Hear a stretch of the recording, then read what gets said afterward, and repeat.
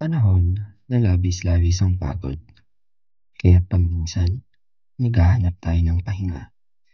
Di man natin ito mahanap sa iba, may kalikasan naman na parating nandyan para sa atin.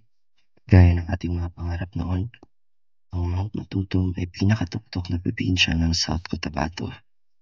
Humigit kumulang na 5.7 kilometro o 3.5 na milya nasa akmunan Tupi, South Cotabato. Paahan ng stratovolcano na ito ay higit na pinaninirahan ng mga katutubong laan. Malayong ang kagandahan ng Mount Matutum ay kanilang parating pinapamasdan. Maraming bagay ang sadyang hindi para sa atin. Ganun na rin sa kalikasan. Tulad ng pagtapon ng basura at paggalaw ng mga tanim. Gaya ng mga bawal, may mga bagay rin na mas mabuting gawin. Tulad ng pag-inom ng tubig habang umaakyat o paghanda ng kagamitan. Pagkat di natin tiyak ang bukas.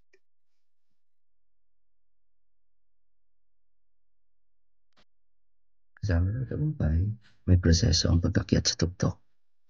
Di sa lahat ng paraan, makakamit mo ang iyong nais. Ngunit, hindi naman masamang sumubok muli, di ba? Kaya naman, maging handa ka, mapagmatsyag, at malikan. Malay mo, andun ka na pala sa taas. Sa huli, dahan-dahan sa pagakyat para hindi ka kaagad mapagod. Mas masarap kasi nung namin ng bawat hakbang. Gaya ng buhay, hindi dapat ito minamadali. At dapat itong pinag-iisipan. At lalong-lalo na, ito ay pinapahalagahan. Tayo ang tao lamang. Tayo rin ay napapagod at nalulungkot.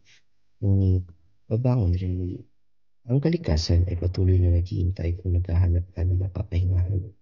Dito na sa Mount Matuto. Pagkat ang hirap ay takda ng walang pigil na pagsisikap.